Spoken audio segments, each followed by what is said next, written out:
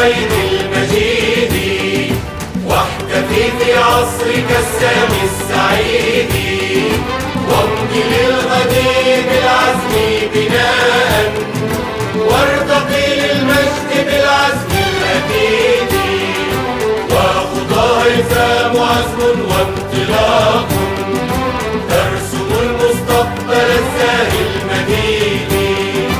دمت يا هيثم سلطانا مفدى، دمت للموطن إشراقا وسعدا.